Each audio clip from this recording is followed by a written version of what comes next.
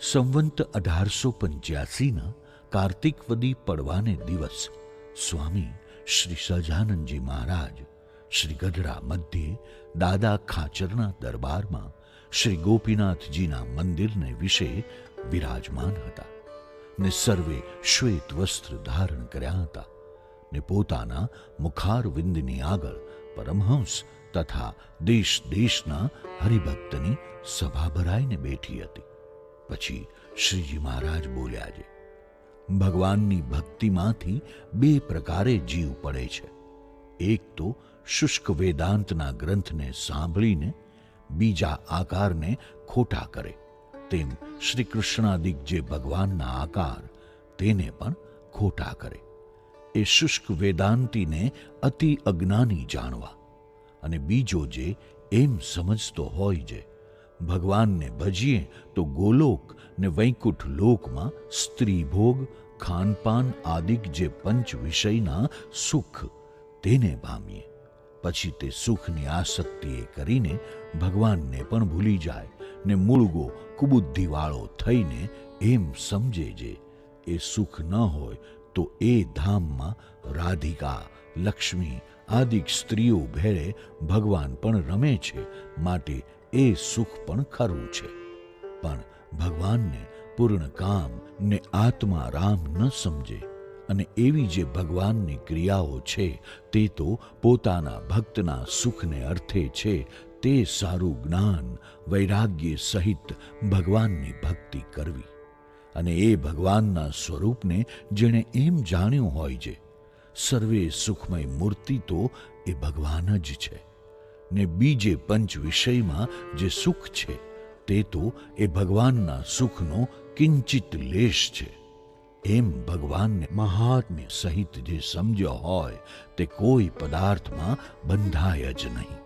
અને એ ભગવાનના ધામના સુખ આગળ બીજા લોકના જે સુખ તે તો નરક જેવા છે. એમ મોક્ષ ધર્મમાં કહ્યું છે, આવી રીતે ભગવાનના ભક્તને સમજવું. અને એમ ન સમજે તો એ બે પ્રકારે કરીને ભગવાનમાંથી પડી જાય છે. પછી શ્રીજી મહારાજને સુરા ખાચરે પ્રશ્ન પૂછ્યો છે, ભગવાનને તથા સંતને જેવા છે તેવા નિશ્ચયપણે જાણીને પણ કોઈનું અંતર પાછું પડી જાય છે, તેનું શું કારણ છે? પછી શ્રીજી મહારાજે ઉત્તર કર્યો છે, એણે ભગવાનનો નિશ્ચય કર્યો હતો ત્યારે જ એમાં કાચપ રહી ગઈ છે. તે શું? તો કોઈકને સ્વાદે કરીને સારું સારું ખાવા જોઈતું હોય ને તેને ભગવાન તથા સંત તે ખોદે ત્યારે તેનું અંતર પાછું પડી જાય, તથા કામનો ઘાટ રહી ગયો હોય ને તેને ખોદે, તથા લોભ રહ્યો હોય ને તે લોભને મુકાવે ને કહે છે, આ તારું ધન માલ ખેતર વાડી તે કોઈકને આપી દે, ત્યારે તે વચન પડે નહીં, તેણે કરીને પાછો પડી જાય. તથા માન હોય ને તે માનને સંત તથા ભગવાન ખોદે ને અપમાન કરે ત્યારે તેણે કરીને પણ પાછો પડી જાય છે. એવી રીતે નિશ્ચય હોય ને જે પોતામાં અવગુણ રહી ગયો હોય તેણે કરીને પાછો પડી જાય છે. અને જેણે નિશ્ચય કર્યો હોય તે સમયમાં જ એ અવગુણ ટાળીને કર્યો હોય તો તે પાછો પડે નહીં. અને એ અવગુણ હમણાં પણ જેમાં જેમાં હશે તે જો વિચારીને પોતાના અંતર સામું જુએ તો જણાય આવે છે, આવી રીતને અંગે હું કાચો છું, તે જો મને પાળ્યાનું કહેશે તો હું વિમુખ થઈશ, એમ યથાર્થ જાણે. પછી બ્રહ્માનંદ સ્વામી તથા શુકમુનિ તથા સુરો ખાચર એ ત્રણને શ્રીજી મહારાજે પૂછ્યું છે, તમે જેણે કરીને પાછા પડી જાઓ એવો તમારામાં કેવો અવગુણ છે? ત્યારે એ ત્રણેય કહ્યું છે, હે મહારાજ, માનરૂપ દોષ છે, માટે કોઈક બરોબરિયા સંત અપમાન કરે તો કાંઈક મૂંઝવણ થાય. પછી શ્રીજી મહારાજ બોલ્યા છે, અમે પૂછીએ છીએ જે દ્યુપતય એવ તેન યયુરંત મનંત તયા ત્વમપી.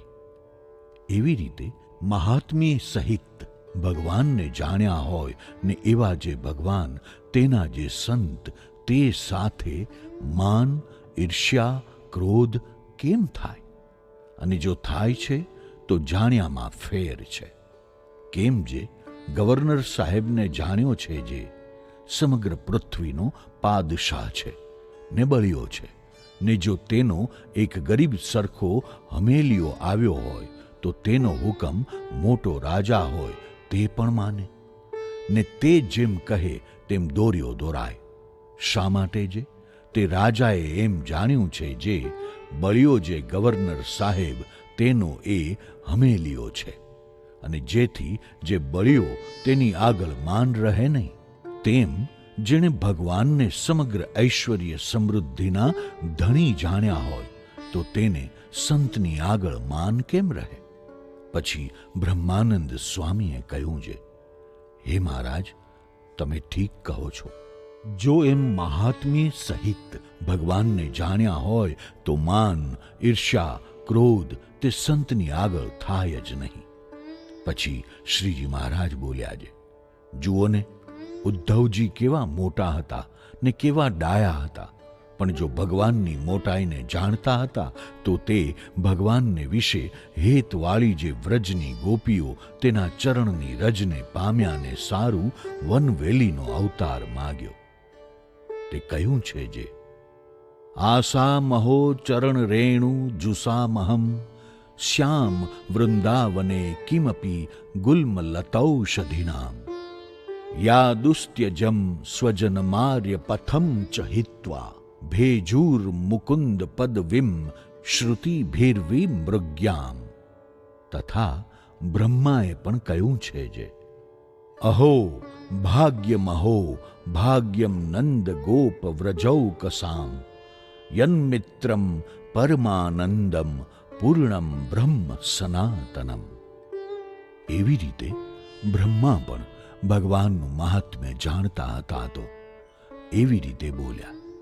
તે માટે જો ભગવાનની ને સંતની એવી રીતે મોટાઈ જાણતો હોય તો માન, ઈર્ષ્યા, ક્રોધ રહે જ નહીં, ને તેને આગળ દાસાનું દાસ થઈને વર્તે ને ગમે તેટલું અપમાન કરે તો પણ તેના સંગને મૂકીને છેટે જવાને ઈચ્છે જ નહીં. અને એમ મનમાં થાય નહીં જે હવે તો ક્યાં સુધી ખમીએ, આપણ તો આપણે ઘેર બેઠા થકા જ ભજન કરીશું. તે માટે એમ મહાત્મ્ય સમજે તો માન ટળે. એવી રીતે વાર્તા કરી. અને વળી શ્રીજી મહારાજે એમ વાર્તા કરી છે, ભગવાનનો ભક્ત હોય ને તેને કોઈ કર્મ યોગે કરીને શૂળીએ ચઢાવ્યો ને તે સમયમાં અમે પણ તેની પાસે ઊભા હોઈએ, પણ તે ભક્તના હૃદયમાં એમ ઘાટ ન થાય છે, આ ભગવાન મને શૂળીના કષ્ટ થકી મુકાવે તો ઠીક. એવી રીતે પોતાના દેહના સુખનો સંકલ્પ ન થાય ને જે કષ્ટ પડે તેને ભોગવી લે. એવો જે નિષ્કામ ભક્ત તેની ઉપર ભગવાનની બહુ પ્રસન્નતા થાય છે.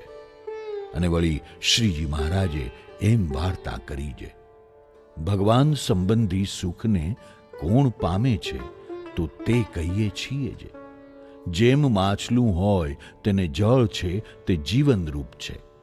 તે જળનો યોગ જ્યાં સુધી હોય ત્યાં સુધી તે જળમાં માછલું ચાલે, હાલે, ક્રીડા કરે ને જળનો વિયોગ થાય ત્યારે તેની ચંચળતા ટળી જાય ને મરી જાય.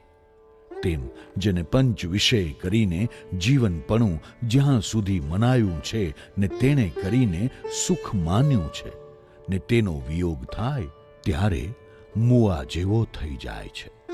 એવો જે હોય તે ભગવાનના સુખને ક્યારેય પણ પામે નહીં. અને પંચ વિષય કરીને જેને જીવનપણું ટળી ગયું છે તે જ ભગવાનના સુખને અનુભવે છે ને ભોગવે છે. એવાને જ ભગવાનના સુખની પ્રાપ્તિ થાય છે. ઇતિ વચનામૃતમ. એવી રીતે ગઢડા અંત્ય પ્રકરણનું 28મું વચનામૃત થયું.